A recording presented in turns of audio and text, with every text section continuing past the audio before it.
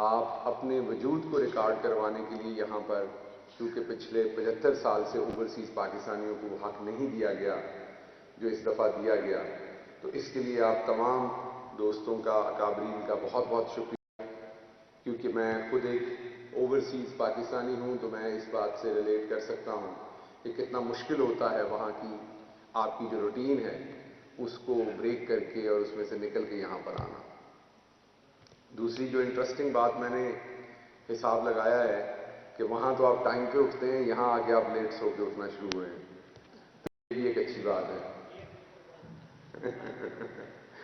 अच्छा, और थोड़ा सा होता ये कि जब आप प्लान करते हैं ऐसी कन्वेंशंस, मैं क्योंकि प्रोफेसर रहा हूँ सारा कोई 20 साल के करीब, तो हम कॉन्फ्रेंसेस और कन्वेंशन जाते थे, तो कन्वेंशन ज़रा थोड़ी अग्रेसिवली प्लान होती हैं, मीन सुबह से रात तक, और जब आप ट्रैवल कर रहे होते हैं, आपने लोगों से मिलना भी है, खाने भी खाने हैं, लंच भी करना है, तो उसमें ज़रा फिर थोड़ा सा आगे पीछे हो जाता है, विच आई कम्प्लीटली अंडरस्टैंड।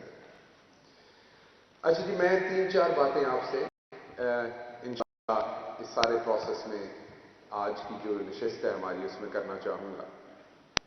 एक तो आपको लार्जर पिक्चर दूंगा, पाकिस्तान की पॉलिटिक्स में क्या हो रहा है, आपका आने वाला किरदार क्या है, ओवरसीज़ पाकिस्तानी आखिर हुकूमत से चाहता क्या है, उसकी डिमांड्स क्या हैं, ओवरसीज़ पाकिस्तानी को मिलता क्या है, पाकिस्तान आज जहां खड़ा है वहां क्यों खड़ा है। हम जब वहां से आते हैं तो हम ऑफ कोर्स यहाँ के हालात देख के परेशान होते हैं और हम उस तब्दीली के लिए कोशिश भी करते हैं, लेकिन फिर भी कई दफ़ा वो तब्दीली उन स्पेसिफिक एरिनास के अंदर क्यों नहीं आती। इन तमाम चीज़ों के बारे में आपसे दिल खोल के बात करूंगा, लगी लिपटी रखे बगैर। देखिए, सबसे पहले सवाल है कि ओवरसीज़ पाकिस्तानी चाहता क्या है। ओवरसीज़ पाकिस्तानी से बाहर होता है, वहां वो सेटल है, उसका जरिया माश सेटल है, उसकी फैमिली है, कारोबार है या नौकरी है, तो यहां से बेहतर पैसे कमाता है, बेहतर लिविंग स्टैंडर्ड में रह रहा है, फिर वो चाहता क्यों है, वो क्यों लौट बार पाकिस्तान आता है। वो 3 चीजें चाहता है। एक तो उसका बचपन यहां पे होता है, वो उसको टटोलने, वो उसको तलाश करने वापस यहां आता है। उसने अपनी जिंदगी के सारे ख्वाब यहां देखे होते हैं, मैं बड़ा होऊंगा तो मैं ये करूंगा, मैं फलां की आसानी करूंगा, मैं फलां चीज यहां पर करूंगा। तो उसने वो तमाम ख्वाब जो जिन जगहों पर, जिस स्कूल में, जिन गलियों में देखे होते हैं, वो वहां पर आके जब टटोलता है तो उसे उसकी गदाज जो है वो महसूस होती है। उसके अलावा जो बड़ी बात है वो ये है कि जरा थोड़ी सी खामोशी इख्तियार करनी है प्लीज सामने। उसके बाद दूसरी चीज इंपॉर्टेंट उसके लिए है वो है शनाख्त। वो अपनी शनाख्त ढूंढने आता है यहां। उसकी शनाख्त किसी हद तक हो चुकी होती है, वो डिवाइड हो चुका होता है। वहां में राजा साहब यहां बैठे हैं, इनकी बेटी भी वहां पढ़ती रही है, ये जानते हैं कि मैं कितनी बड़ी और कितनी मोतबर यूनिवर्सिटी में वहां पढ़ाता था। अमेरिका की दूसरी बड़ी यूनिवर्सिटी थी। मुझे यह पता था कि वो कितना मोतबर जगह है, या मुझे अल्लाह ने कहां पहुंचाया है, लेकिन अपनी शनाख्त नहीं थी, अपनी बात की शनाख्त नहीं थी।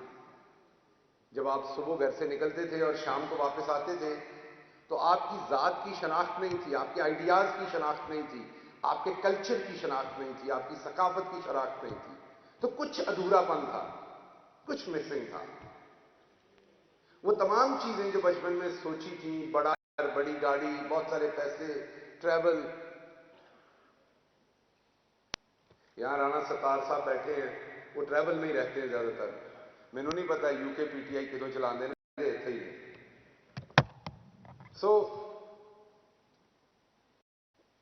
आपको सब कुछ मुयस्सर होता है, लेकिन आपको शनाख्त मुयस्सर नहीं होती।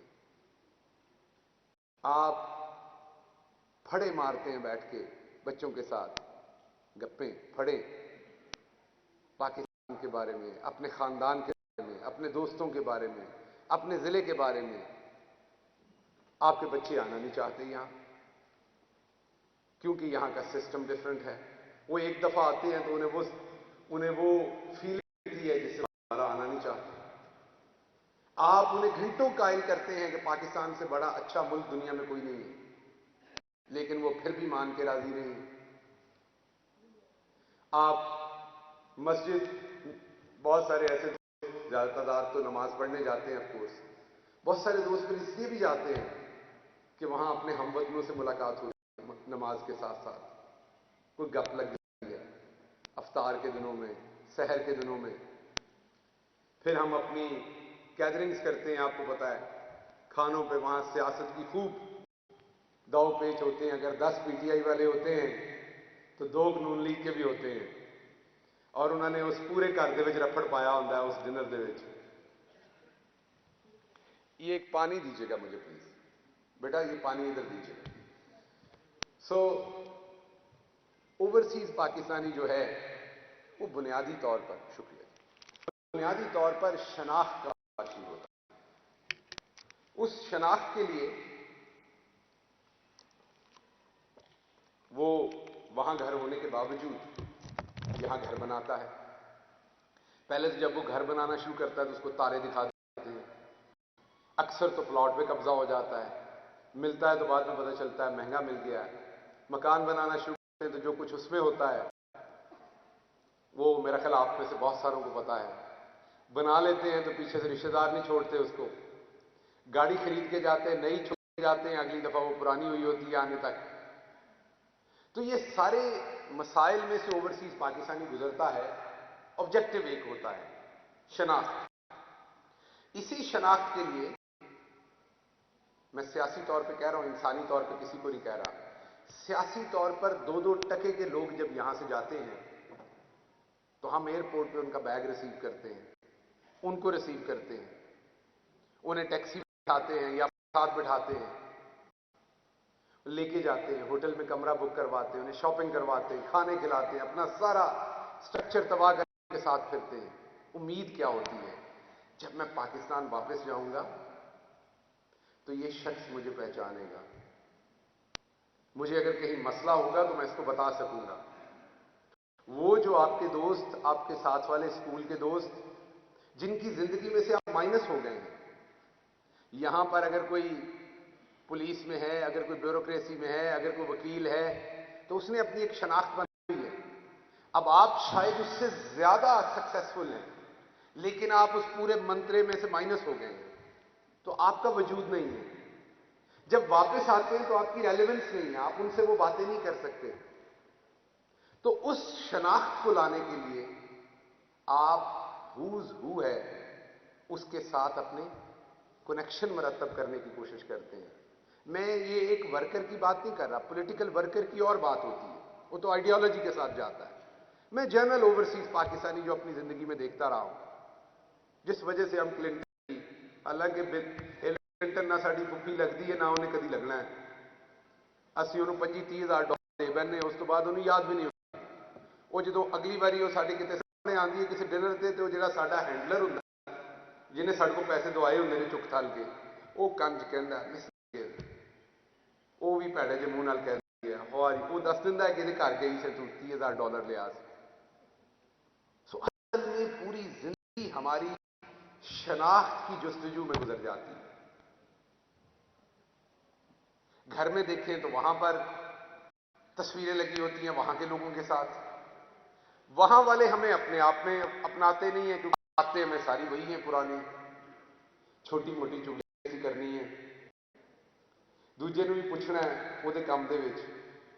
सानू मसाले वाली चीज़ां खाने का भी शौक है, सानू पाकिस्तान अपनी अम्मा दे नाल भी घंटा घंटा गल करने का शौक है। उहदे तो साडी बुढ़ी नाराज है उत्थे कि सारा वेला तो तुसीं फोन ते ला दिता है। बेगम साहबा ने तो उन्होंने अपन सारियां गल करनी है, सना सफीना का किहड़ा जोड़ा आया वह पता होना चाहिए। सो दर्जी उन्होंने इत्थे हुंदा है, दर्जी टाइम ते कपड़े नहीं दिंदा, उस वेले फ्लाइट चली जाती है जिस दे कपड़े आने होंगे ने, कई बारी कपड़े जाते हैं। सो मुख्तसर ये है कि तमाम लोग, औरतें हों, मर्द हों, बच्चे हों, हम शनाख्त में, हमारे बच्चे हमारी तरफ देखते हैं कि ये बाबा, ये मामा किस तरह की बातें कर रहे हैं, ये क्या बता रहे हैं हमें, ऐसे थोड़ी ना होता है। दिस आर उस, वो कहते हैं फैमिली इज दिस, जो इस घर में रहती है, ये हमारी फैमिली है। हम उन्हें बताते हैं नहीं नहीं, मेरी वहां अम्मा है, मेरा भाई है, मेरे भाई के बच्चे हैं, मेरे भाई की बीवी है, वो हमारी फैमिली है। ना उन्हें स्कूल ये पढ़ाता है, ना उन्हें वहां का कल्चर ये पढ़ाता है। तो बुनियादी तौर पर जो मैं बात करना चाह रहा था वो ये करना चाह रहा था, आपने कमेटी में जाना है, आपने पहले फारिग होना है। असद साहब, आपने कोर कमेटी में, आप आ जाए, मैं फिर वगैरह से शुरू करूंगा। नहीं, मुझे भी जाना, नहीं आपका लेट होना बेहतर नहीं, मेरा है, आ जाए आप। आपके सामने बहुत सारी चीजें असद साहब ने रखी, आपके सामने बहुत सारे इश्यूज भी असद साहब ने रखे। हमारा मसला ये होता है कि हम यहां पर लगे बंदे खड़े होते हैं, कैमरे की आंख सामने होती है, आपसे बहुत सारी बातें कर सकते हैं लेकिन कर नहीं सकते। हर लफ्ज जो हम कहते हैं उसकी एक कीमत होती है, हर लफ्ज जो हम कहते हैं उसकी रेपरकशंस होती हैं, हर लफ्ज जो हम कहते हैं उसके कॉन्सिक्वेंसेस होते हैं। तो इस वजह से बहुत सारी बातें हम कह सकते हैं, बता सकते हैं, कर सकते हैं, लेकिन वो अगर कभी आप प्राइवेट निशिस्त में बैठे वो ज्यादा इजीली हो जाती हैं कंपैरेटिव टू पब्लिक निशिस्त के। बहरहाल मैं वापस आता हूं जो आज का पॉलिटिकल एरिना है। आज के पॉलिटिकल एरिना में सबसे पहले तो मैं आपको बताता हूं कि हुआ क्या है। मुझे याद है मैं पहली दफा जब अमेरिका गया हुकूमत में आने के बाद, साल डेढ़ साल के बाद, तो हमारे वर्कर के हालात इतने एग्रेसिव थे, इस कदर हमारे वर्कर एग्रेसिव थे कि मुझे याद है कि दूसरी दफा जब मैं गया तब का मुझे याद है कि राजा साहब मीटिंग में अपनी पार्टी के खिलाफ तकरीर दे हमारी। ये हमारे सदर थे शिकागो के।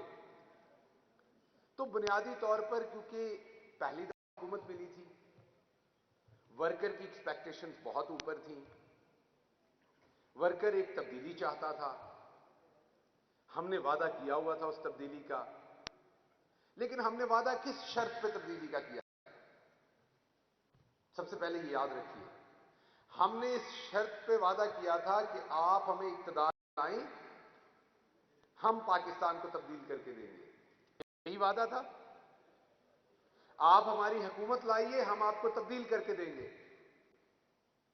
तो क्या हकीकतन ये हमारी हुकूमत थी? 116 वोटों के साथ ये हमारी हुकूमत थी? ये नहीं, हमारी हुकूमत नहीं थी। कौम ने वोट तो दिए बेहरा तक जाने के, और कहते 160 की स्पीड पे लाहौर छोड़ के आओ 3 घंटे में।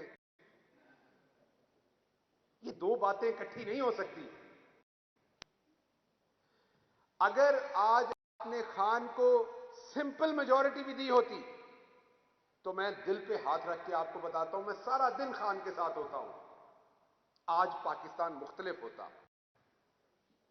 बहुत सारी बातें करनी आसान है, बाहर बैठ के आप बताते हैं वो जी आप कीमतें कंट्रोल नहीं करते। आपके यहां पाकिस्तान में कीमतें कंट्रोल नहीं होती। मुझे कोई बताए कौन सा मजिस्ट्रेट है जो यूके में टेस्को की कीमतें चेक करता है? कौन सा मजिस्ट्रेट है जो अमेरिका में वॉलमार्ट की या की कीमतें चेक करता है? कोई नहीं चेक करता है। डिमांड एंड सप्लाई है, इकोनॉमिक्स का 101 बेसिक कोर्स है जो आपको ये बताता है। हमारे आलू ज्यादा हो जाते हैं तो वही किसान लाके माल रोड पे फेंकते हैं, कोई खरीदता नहीं है।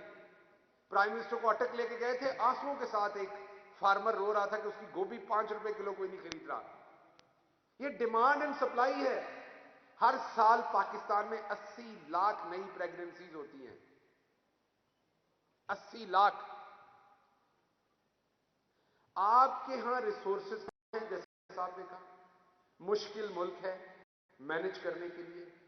डिविजन्स हुई हैं, बल्कि की हैं, उस पे फॉरेन इन्वेस्टमेंट है, उन डिवीजन क्रिएट किया जाता है, रिसोर्सेज लिमिटेड हैं, उसके ऊपर चालबाज, धोखेबाज, चोर और मक्कार शहबाज शरीफ जैसे हुक्मरान रहे हैं, जिन्होंने कौम को इस बत्ती के पीछे लगाया हुआ है। ये मार्केट कमेटी बना दी, ये मजिस्ट्रेट बना दिया, ये प्राइस कंट्रोल ऑफिसर बना दिया। आप जब उसे बनाते हैं वो भी पैसे लेना शुरू कर देता है, वो भी कीमत में बढ़।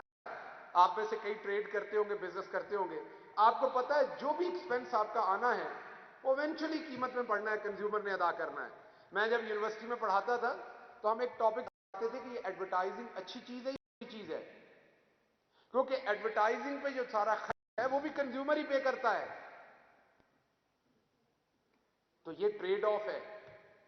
तो बुनियादी तौर पर आपकी पंजाब में हुकूमत, आपकी अपनी मेजॉरिटी नहीं है, आपकी फेडरल में हुकूमत, आपकी अपनी मेजॉरिटी नहीं है। अब मैं इत्तेहादियों को साइड पे रख देता हूं, 1 मिनट के लिए इत्तेहादियों को भूल जाइए, साइड पे रख दीजिए। एक एक वोट आपके लिए कीमती है, एक एक वोट। तो जो आपके पास आपके अपने मेंबरान हैं वो भी तकाजे करते हैं, आप वो भी नाराज होते हैं आपसे। सारा टाइम तो आप उनको हैंडल करने में लगा देते हैं। आप एक अच्छा ऑफिसर लगाते हैं, 4 आपके अपने जो मेंबर हैं वो आके कहते हैं ये हमें कबूल नहीं है। क्या ऑप्शन है आपके पास? तनकीद करना बाहर से बैठ के बहुत आसान है, मैं भी किया करता था जब अमेरिका में था। लेकिन जब आप ग्राउंड के ऊपर खड़े होकर चीजें मैनेज करने की कोशिश करते हैं, एक ऐसे कपड़े से अपना बदन ढांकने की कोशिश करते हैं जिसमें जब आप अपने पैर छुपाते हैं तो सर नंगा हो जाता है, जब सर छुपाते हैं तो पैर नंगा हो जाता है। तो एक ऐसी कौम है जिसके अंदर नेकी और बदी के फर्क का पता नहीं है। ताकत की तरफ भागना है, जहां ताकत का मंबा है वहां भागना है। हर उस शख्स से हाथ में तस्वीर लेनी है जिसको 2 लोग जानते हो। यह नहीं सोचना इससे मेरे नाम पे, इस शख्स का किरदार क्या है, इससे मेरी फैमिली पे, मेरे नाम पे, मेरे मुल्क पे क्या असर पड़ेगा। तो अगर हमने वाकई सच्ची बातें करनी है तो हमें अपने घर से शुरू करनी होगी। वापस जाइए, दिल पे हाथ रख के जो जो चोर है उसकी तस्वीर निकाल के बाहर फेंकिए घर से। वो ट्रॉफी नहीं, वो बेशर्मी है हमारे लिए उस तरह के बंदे के साथ तस्वीर लेना।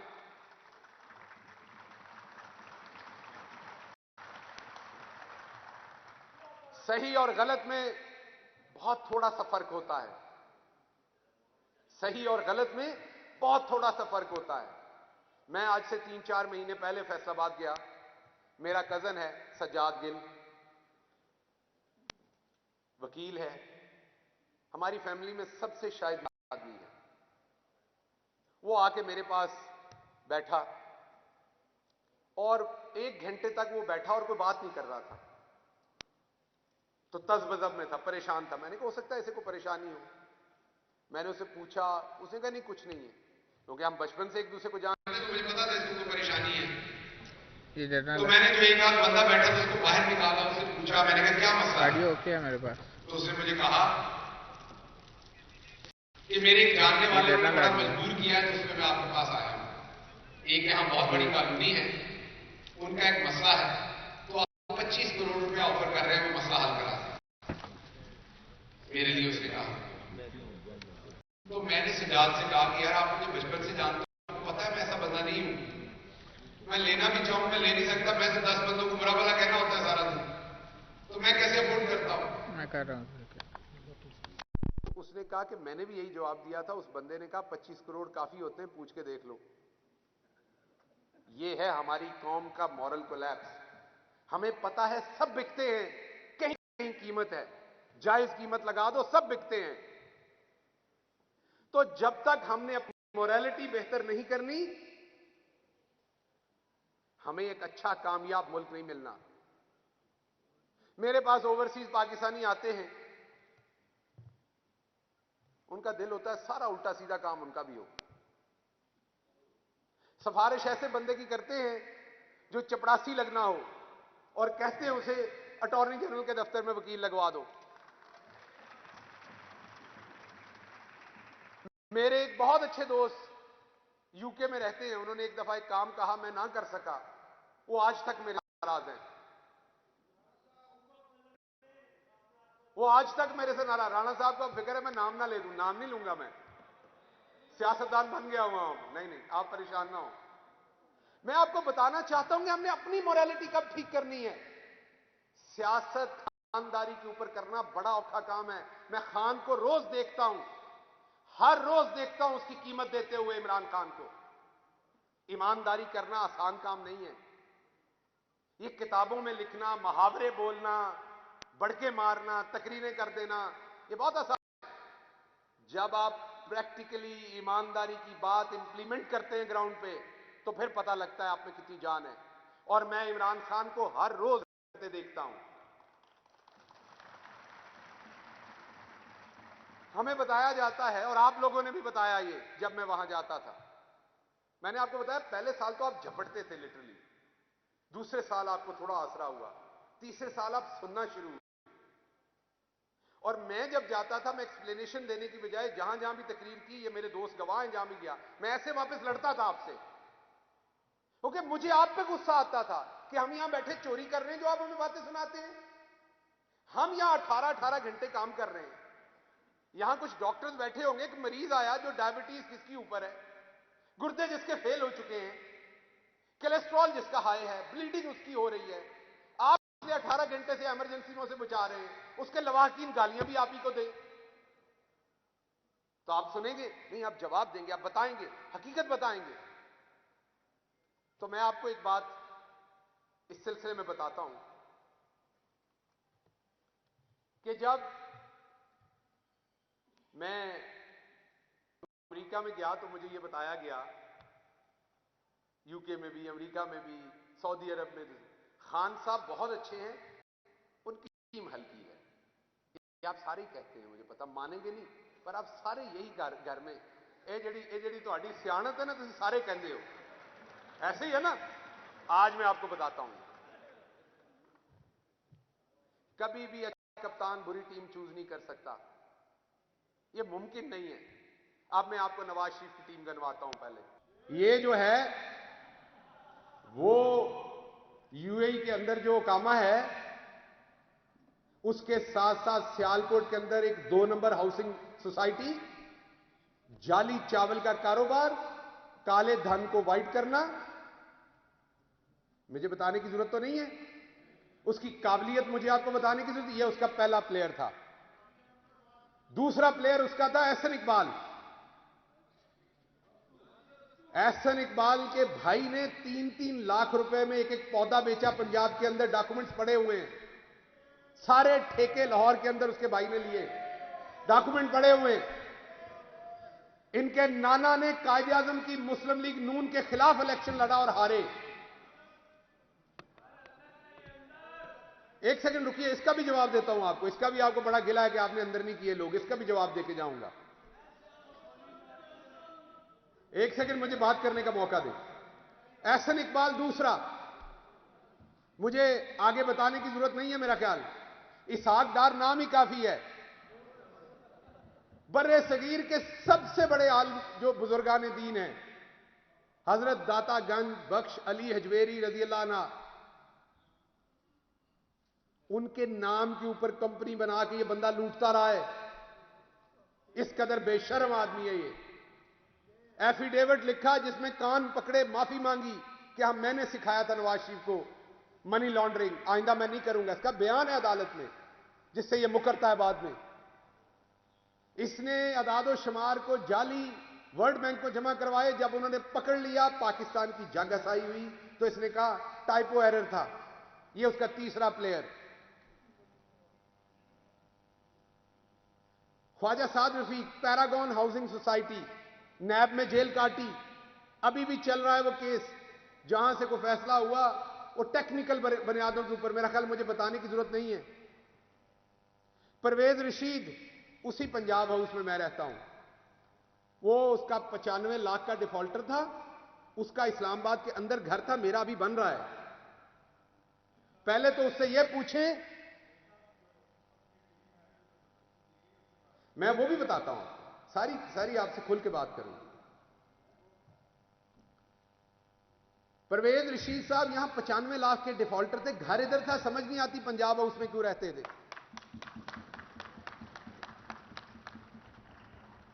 सो परवेज रशीद साहब उनके अगले प्लेयर थे। अगला मैंने आपको बताया परवेज रशीद। परवेज रशीद के बाद एक बंदा था जो बिल्कुल फाइनेंशियली करप्ट नहीं था, मानना चाहिए, वो था चौधरी निसार अली खान। इसीलिए वो इनको छोड़ गया, उसका इनके साथ निभा नहीं हुआ। ये थी तजर्बेकार टीम, ये थी अच्छी टीम। अब मैं आपको बताता हूं हल्की टीम। इमरान खान ने हल्की टीम लगाई है, बुरी टीम लगाई है, ये आप कहते हैं कि बहुत सारे लोग बैठ के। अब मैं आपको उसके नाम बताता हूं। पहली कुर्सी पे बैठा है शाह महमूद कुरैशी। मेरा ख्याल मुझे उसकी तालीम, उसकी फाइनेंशियल क्रेडिबिलिटी, उसका फॉरेन ऑफिस का तजर्बा, उसका फॉरेन ऑफिस का तजर्बा मुझे बताने की जरूरत नहीं।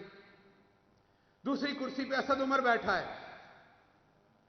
उसकी तालीम, उसका माजी, उसका हाल, मेरा ख्याल मुझे बताने की जरूरत नहीं है।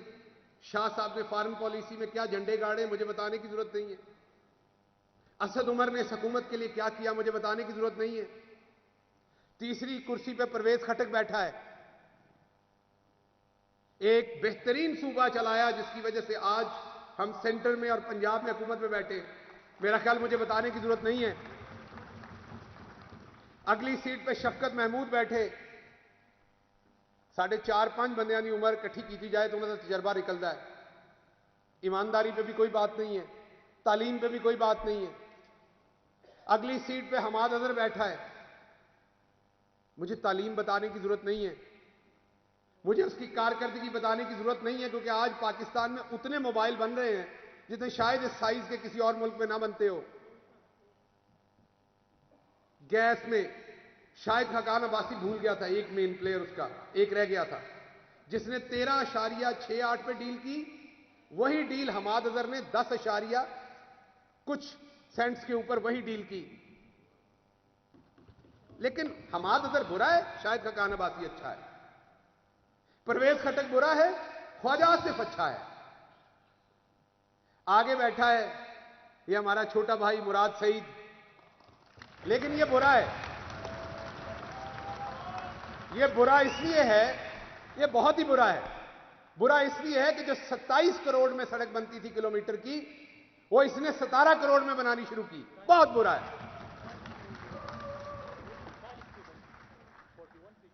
जो 41 पे बनती थी, करेक्शन उसने की है। जो आपका पाकिस्तान पोस्ट जो दुनिया में एक बेहतरीन अदारा हुआ करता था, उसको ये हुकूमतें घटाटोप अंधेरों में, उसको ये हुकूमतें कर्जे के अंदर, उसको ये हुकूमतें खसारे के अंदर फेंके गई। मुराद सईद ने 3 साल से कम अरसे के अंदर उसे मुनाफा बख्श बनाया। अभी मैं चलता जाऊंगा, सानिया निश्तर आगे बैठी हैं, अभी मैं चलता जाऊंगा आगे, फैसल सुल्तान बैठे हैं, अभी मैं चलता जाऊंगा आगे, और लोग बहुत सारे बैठे हैं। जो खान पिक कर सकता था वो बेहतरीन से बेहतरीन लोग लगाए हैं। तो ये कुफर मत किया कीजिए ये कह के कि टीम हल्की है, टीम अच्छे नहीं ले, ये झूठ मत बोला कीजिए अपने साथ, ऐसा नहीं है। मैं उन्हीं को सुना रहा हूं, आप परेशान ना हो, यहां से कैमरों के थ्रू उन्हीं को सुना रहा हूं, मुझे पता है। ठीक, मैं तो आपका छोटा भाई हूं, मेरा तो रौला ही नहीं है। मैं तो आप लोगों में से हूं और आप लोगों का छोटा भाई हूं। इसके बाद अब हम सब ने निकलना है, मुराद ने भी निकलना है, हमने निकलना है। बस मैं शॉर्ट करूंगा ताकि मुराद आपसे बात कर सके। मैं दे देना टच तो। मैं इसके बाद आपको बताऊं, पंजाब में सबसे उनका बेहतरीन सूबा पंजाब था। आप में से कोई हाथ खड़ा करके राणा सनाउल्लाह को सब जानते हैं, अग्री करता हूं। राणा मशहूद को आप इसलिए जानते कि वो पैसे लेते, वीडियो में पकड़ा गया था। उसके अलावा किसी वजीर का नाम बता दे मुझे, एक का। लेकिन नहीं, इमरान खान की टीम हल्की है, यास्मीन राशिद हल्की है, मुराद रास हल्का है, अलीम खान था वहां वो हल्का, महमूद और रशीद हल्का है, मियां असलम इकबाल हल्का है, हाशिम जवां बख्त एक बेहतरीन पढ़ा लिखा हार्ड वर्कर समझदार आदमी, वो हल्का है। बुज़दार साहब पहली दफा आए, लेकिन जिस दिन काम की नंबर प्लेट लगेगी ना, जिस दिन काम की बैलेंस शीट बनेगी, ये मेरा आपसे वादा है, आप सबको उनके ऊपर एतराजात होंगे, मीडिया पे नहीं आते, हैंडल नहीं करते, ये सारे एतराजात होंगे। लेकिन जिस दिन बैलेंस शीट बनेगी आपको नजर आएगा बुज़दार किधर खड़ा है और शहबाज शरीफ किधर खड़ा है, क्योंकि बुज़दार के ऊपर भी लीडर जो है वो इमरान खान है। बंदूक तगड़ी हो या कमजोर हो, उसको चलाने वाले के ऊपर बात होती है, बंदूक के ऊपर बात नहीं होती। पीछे खान खड़ा है। हमारे जैसे लोग जिनका ना सियासत से कोई लेना देना था, असी आके नहीं है ना मंजी पीढ़ी ठोकी। सो सबसे पहले आपने इस बात का ख्याल रखना है कि तब्दीली हमें अपने आप से शुरू करनी पड़नी है। आपको अपनी जमात में भी कोई चोर लगता है, सिर्फ उसके साथ इसलिए तस्वीर ना खिंचवाएं कि वो अच्छा बोलता है, वो मशहूर है, वो चोर लगता है तो उससे दूर रहें। जब तक आप सोशली लोगों का बाइकआउट नहीं करेंगे, जब तक आप उन्हें सोशल ह्यूमिलिएशन नहीं देंगे, ये करप्शन का बाजार खत्म नहीं होगा इस मुल्क में। और अगली बात आपने की कि आप इनको जेलों में नहीं डालते।